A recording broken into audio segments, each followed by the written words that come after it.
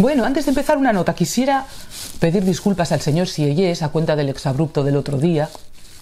Ellos hicieron su revolución, guillotinaron a decenas de miles de personas, pero lo hicieron en nombre de la libertad y la razón y la igualdad y todas esas palabras tan bonitas que todo el mundo usa. Cada vez que alguien hace algo lo hace en nombre de la libertad y de la paz y del tercer estado. Y a cuenta del tercer estado, que decían estos revolucionarios que estaba oprimido por una élite de parásitos inútiles.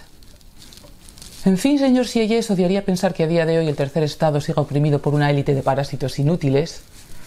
Y pienso para qué ha servido su maravillosa revolución. Pero le pido disculpas por haberle insultado el otro día. Y vamos a lo que importa. María Elvira Roca Barea, Imperiofobia y leyenda negra.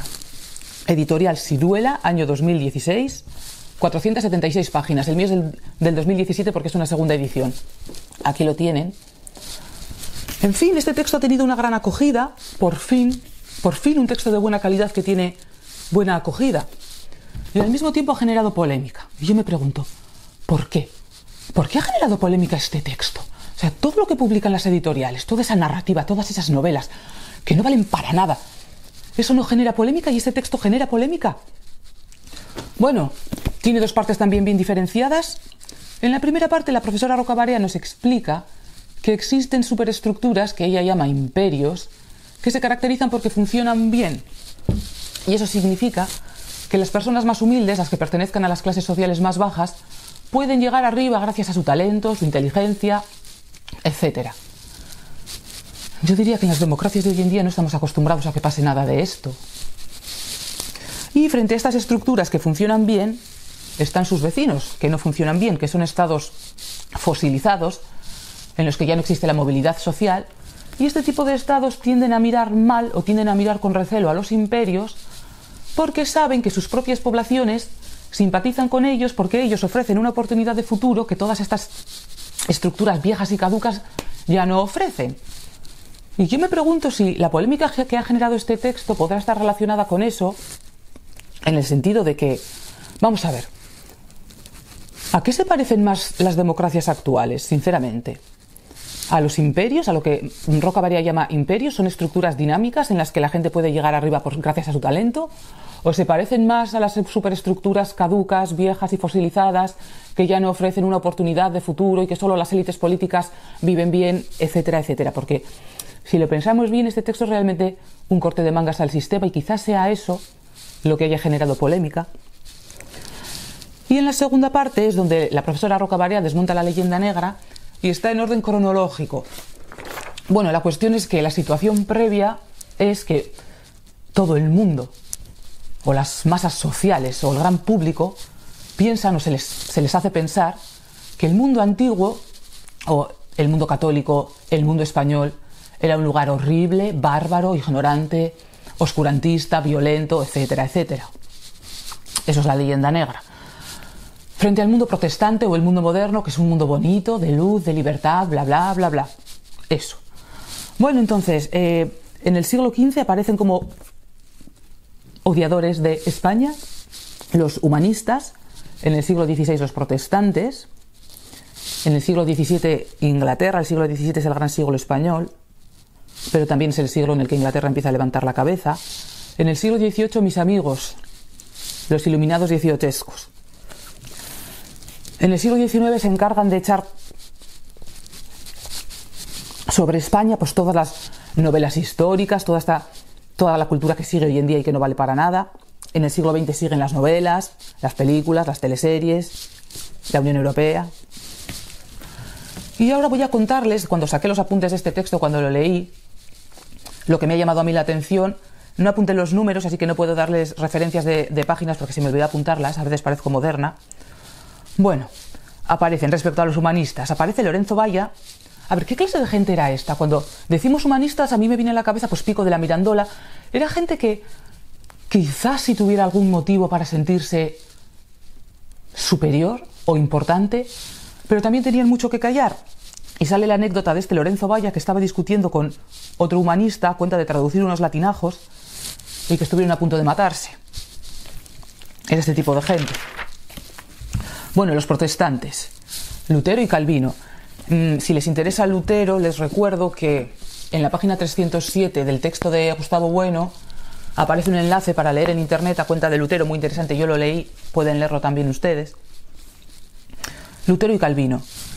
Bueno, el señor Lutero, poniéndose de parte de los príncipes alemanes cuando realizaron la matanza sobre sus propios campesinos, y Calvino quemando gente, porque todos sabemos que quemó a Miguel Servet, pero lo que no se sabe tanto es que quemó también a Sebastián Castalio, porque tradujo la Biblia.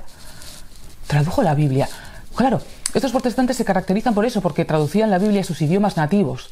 Me viene a la cabeza la Biblia políglota de Cisneros. ¿En qué idioma estaba? ¿Qué idiomas tenía? Bueno, dice también Gustavo Bueno, a cuenta de los protestantes, que lo que hace el protestantismo es rechazar la tradición filosófica griega y romana, que el catolicismo sí conserva, y se ciñe a un literalismo bíblico y por lo tanto no se le puede considerar como una religión más racional que el cristianismo católico. Siglo XVII, en Inglaterra.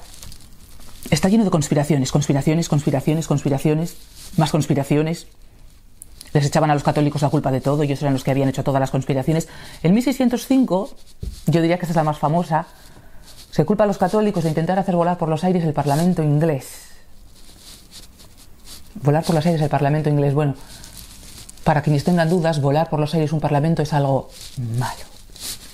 Y aparece el pobre Guy Fawkes con su colega Robert Catesby. Robert Catesby creo que no aparecía en el texto, solo Guy Fawkes. Más. El gran incendio de Londres de 1666 también se culpa a los católicos, igual que Nerón. Luego, en 1678, una supuesta conjura católica de un tal Titus Oates. Ese nombre suena creíble, Titus Oates.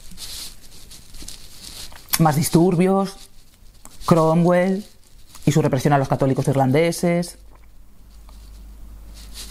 las atrocidades del duque de Alba, pero lo que no cuentan es las atrocidades del otro bando, que eran iguales o parecidas, peores.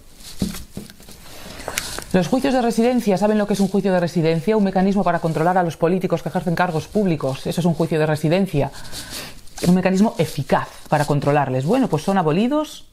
¿Por quiénes? Por los maravillosos liberales en la Constitución de 1812. La Constitución de Cádiz abole los juicios de residencia. Aquí aparece un protestante, un tal, Cobbett, quien afirma que la reina Isabel I de Inglaterra mató a más gente que toda la Inquisición junta. Y un historiador, Powell, que concluye que los gobiernos virreinales en la América española fueron más benignos y soportables que todo lo que llegó después. Claro, nos meten en la cabeza lo de siempre, los libertadores. Oh, los libertadores. Y lo que no cuentan de la América española es que el pueblo llano, el pueblo humilde y los indígenas luchaban a favor de España en los ejércitos imperiales en contra de todos estos libertadores. Eso no lo cuentan. Bueno, aquí toda la serie de universidades que abrieron los españoles en América con cátedras para aprender los idiomas nativos. ¿Quiénes abolieron el uso de los idiomas nativos en la América española? Adivínenlo. Los libertadores y los gobiernos liberales. Y aquí la profesora Roca Barea diciendo cómo los Borbones, la dinastía Borbón, nunca llegó a entender el sistema Habsburgo descentralizado. Pretendía centralizarlo todo, lo mismo que hicieron en Francia. Me pongo a pensarlo y pienso que ellos mismos cavaron su propia tumba con su dichosa centralización. Francisco Suárez, de la Escuela de Salamanca, ya saben, como Martín de Azpilcueta, Domingo de Soto, escribiendo muchísimo antes que Thomas Jefferson, eso de que todos los hombres nacen iguales. ¿Y dónde estaba Thomas Jefferson cuando lo escribió? Lean. Aquí aparece von Humboldt, el famoso von Humboldt, que estuvo en América y elaboró sus famosos mapas. Lo que nadie dice es que esos mapas los plagió de un español y luego estaba toda la vida intentando que nadie conociera quién era este otro, quién era este español al que le había copiado los mapas. Claro, para que no se supiera, y ríanse ustedes de la damnatio memoriae de los faraones y de los césares, teniendo aquí a von Humboldt. Porque no es como nos lo han contado, que toda esta gente es tan íntegra y tan trabajadora y tan... La puntualidad prusiana, bueno, pues lean y vean que no. Por cierto, que los mapas de von Humboldt los utilizaron luego Lewis y Clark en su famosa expedición junto a la bella India Sacagawea. Me soltaría el pelo para parecerme a ella, a la bella india Sacagawea, pero a ver si me van a acusar de apropiación cultural o alguna historia, así que nada, tampoco sé cómo llevaba el pelo. A lo mejor lo llevaba amarrado. Cita de Ortega y Gasset, en la que explica, no puedo darles la página, bueno, una cita de Ortega y Gasset en la que explica que todos los liberales sabían lo que estaban haciendo. Sabían que lo que decían era mentira, que estaban calumniando un mundo de luz, a un mundo inteligente, con una gran cultura, con una gran tradición científica, y lo hacían simplemente porque les convenía auparse ellos al poder y tener ellos el poder, y les convenía pintar al antiguo régimen como una época horrorosa y oscurantista. Lo hacían a propósito. Todas estas mentiras.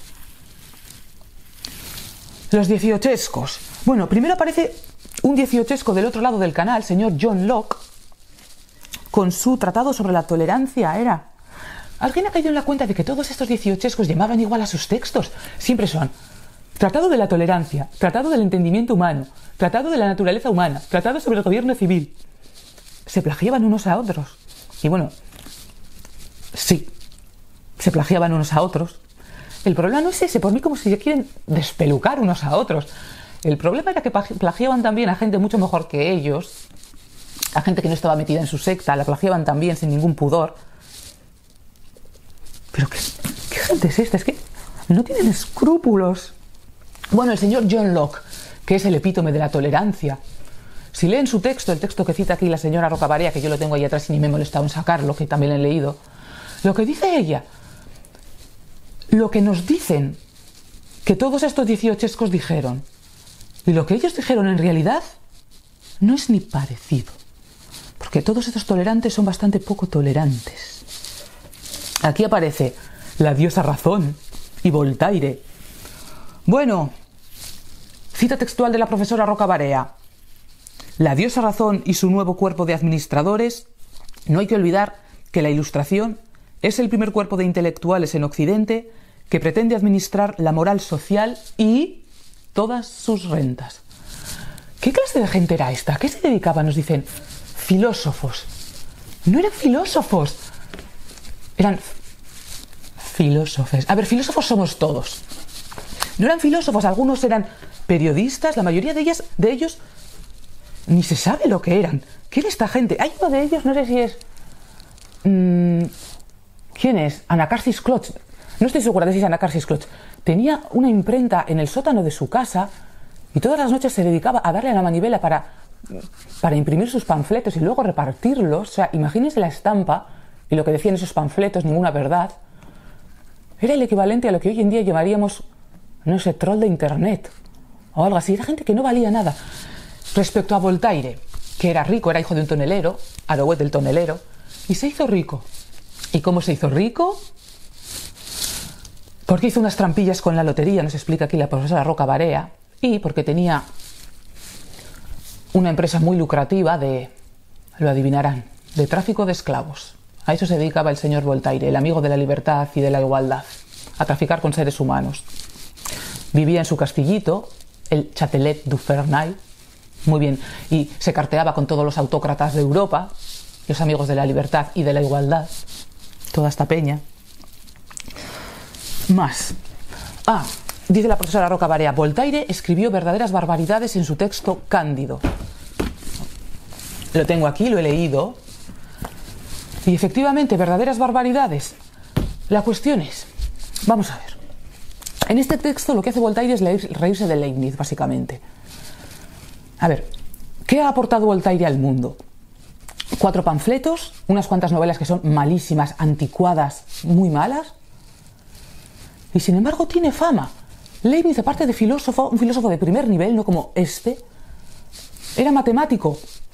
Desarrolló el cálculo infinitesimal. Vamos a ver, si Voltaire intentara entender la obra de Leibniz, le reventaría la cabeza. Es que no sé cómo expresar que no están al mismo nivel. Y hoy en día todo el mundo conoce a Voltaire y nadie conoce a Leibniz. Y este enano intelectual se atreve a reírse de Leibniz. La ignorancia es atrevida, como dice el refrán. No sé cómo se atreven, yo me admiro. Bueno, los ambientes prerrevolucionarios. Dice la profesora Rocabarea: ese ambiente de salones y pelucas, de lucubrar sin asiento en la realidad, y ahí nace el mito del buen salvaje y todos los demás. Creo que es Camilleri, ya le reseñaremos, el que explica en qué ambientes se movían todos estos alucinados dieciochescos, en todos aquellos salones de damas, porque la revolución se gestó en los salones de las damas millonarias y no en las cabañas de los pobres.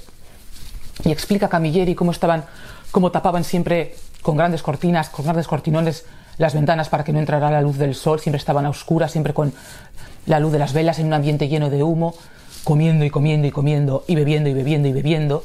Y decía Camilleri: entre eructos y vomitonas, entre ventosidades y borracheras, así hablaban de todo lo humano y lo divino, así se reían de todo, toda esta gente que no vale para nada. Y nos hacen creer eso, que eran intelectuales, que eran amigos de la libertad. Y tengo muchos de esos intelectuales ahí atrás, a Rousseau. ¿Alguien sabe a qué se dedicaba Rousseau? ¿Y Diderot? ¿A qué se dedicaba esta gente? Si no hacían nada, es como un grupo social nuevo, que se dedican simplemente a ser mantenidos por los nobles, por todos los tiranos europeos, que si la de Rusia, el de Austria y toda la banda. Sin embargo, se presentan a sí mismos como eso, como adalides de la libertad, del pueblo, de la igualdad, y la gente se lo cree. En fin, alucino. Más. Aquí están los delirios escritos por Voltaire en el Cándido. Luego, que en su epístola de la tolerancia, la tengo por ahí, Voltaire y sus truquitos en la lotería. Bueno, y a los españoles no los conoce nadie. Aquí aparece Feijóo, era el mejor escritor de su época, este sí que era un filósofo de verdad, y nadie le conoce. Dice la profesora Rocabarea: la Ilustración se nombra a sí misma administradora única del templo de la diosa razón, que asume rasgos de iglesia, rasgos de secta, diría yo. Me hace gracia cuando todos los políticos de hoy en día, serán verdaderos ignorantes, se declaran herederos de todos estos ilustrados. Me gustaría preguntarles a ver a qué ilustrados han leído. Me gustaría preguntarles a ver qué contestaban. Bueno, en el siglo XIX desaparecen todos los géneros literarios que se habían utilizado hasta ese momento, que se habían cultivado hasta ese momento, y reina absolutamente la novela, esa peste que también soportamos hoy en día. Y aquí aparece toda una serie de novelitas que leía la gente. A ver, claro que en el siglo XIX hay novelas de buena calidad. ¿Cómo no va a haber? ¿Dostoyevsky? Pero la gente no leía eso, leía lo mismo que leen hoy en día, toda la que publican las editoriales. Pues en el siglo XIX era lo mismo. Y todos estos textos llenos de... A ver, ¿son mentiras? Vamos a ver, si yo me pusiera a escribir ahora lo que sucedía en Júpiter hace 1.000.000 de años, acertaría más que lo que pone aquí. Son mentiras tan grotescas que son sinceramente increíbles. Cualquier persona medianamente sensata tiene mecanismos para ponerse en guardia ante todo eso. Voy a pensar en el grupo humano que yo más desprecio, que son los dieciochescos. Pero si a mí ahora alguien me viene diciendo: Rainal iba por las noches a matar gente y se la comía, pues yo pensaría: tienes algo de sentido crítico y piensas, todo lo que cuentan aquí es increíble, y la gente se lo creía. He leído una de las que cita la profesora Rocabarea, que es la de Edgar Allan Poe. Y Edgar Allan Poe se supone que es un buen escritor, o que es un escritor consagrado, que es un escritor medianamente serio. Lo que cuenta aquí es de vergüenza ajena, y la gente se lo creía. Tenía el texto, tengo el libro de Allan Poe por ahí, lo iba a haber traído, pero tampoco me he molestado en sacarlo. Que luego, si desordeno mi biblioteca, a ver luego quién es el chulo que la vuelve a ordenar, así que... Vale, dice la profesora Rocabarea, todo esto era bazofia intelectual y literaria.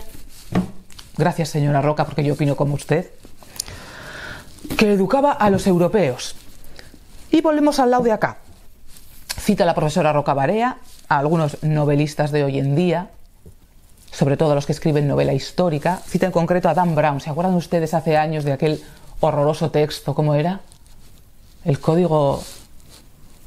¿Cómo era? Yo no lo leí, no leo esas cosas. Bueno, pues cita aquí que es todo eso. Más y más tonterías, más... ¿Quién se cree todo eso? O sea, gente que realmente ya ha sido descerebrada, gente que ya no tiene cultura, que no sabe nada de cómo era el mundo antiguo. Solamente eso se pueden creer las mentiras grotescas que están contando toda esta gente. Era también... Era molesto leerlo de las tonterías que decían. ¿Quién se cree esto? Es que... Bueno. Y las cosas del dinero. Resulta que el bueno de Voltaire, que presentaba al Imperio Español como atrasado económicamente, bueno, pues tenía su dinero invertido en empresas españolas, claro, no francesas, ni inglesas, ni tampoco los padres del capitalismo, los holandeses, tampoco holandesas, en empresas españolas. ¿Por qué sería? Tonelero. Y como conclusión final, yo me pregunto, ¿a quién le conviene que todo esto sea así? ¿A quién le conviene que el gran público, que todo el mundo... Bueno, se ha cortado. La cámara solo graba 21 minutos, yo no lo sabía, lo acabo de aprender. La cuestión es, ¿a quién le conviene que la gente piense, que la sociedad piense, que el gran público piense que el mundo antiguo era horrible, ignorante, oscurantista, y que llegaron de repente los liberales, la democracia, a traernos la libertad y la igualdad y la luz y la paz y no sé qué? ¿A quién le conviene que todo esto sea así? Porque claro, la leyenda negra sigue operando hoy en día. Quizá no tanto contra España, que también, pero contra el mundo antiguo en general. Y como conclusión final, quiero recordarles la cita de Wyndham Lewis cuando dice: ¿por qué el norte europeo se siente superior al sur? ¿Porque tiene un mejor sistema de alcantarillado? ¿Por eso? ¿Cuándo empieza España a hacerse de menos a sí misma y todo el mundo piensa, la generación del 98? Es anterior a la generación del 98. Yo recuerdo el poema ese de Quevedo de los muros de la patria mía. Ahí ya se ve como ese pesimismo, como ese hacerse de menos a ellos mismos, y no sé por qué. Bueno, al final todo esto, como dice el de la película, Serpiente Pliskin, rumores controlados. El mundo antiguo es oscurantista, España es oscurantista, la iglesia es oscurantista. Sí. Y el virus Clotoxin 7 te mata en 14 horas, sí. Rumores controlados. Lo que yo creo, concluyo, que hoy en día conviene que todo esto siga así y sigamos creyendo que el mundo antiguo era horrible y oscurantista simplemente para justificar el dominio de las élites actuales, para que creamos que ellas nos traen la libertad y la paz y la inteligencia y no sé qué, y nos creamos, como dicen, que somos la generación mejor preparada de la historia. ¿Quién se cree eso? ¿De verdad hay gente que se cree eso, que somos la generación mejor preparada de la historia? ¿Preparados para qué? Para ir a votar. Bueno, yo ya había leído antes de leer este texto muchos textos de los que cita la profesora Rocabarea y nunca me he creído eso de la leyenda negra. Así que, bueno, hasta el próximo vídeo.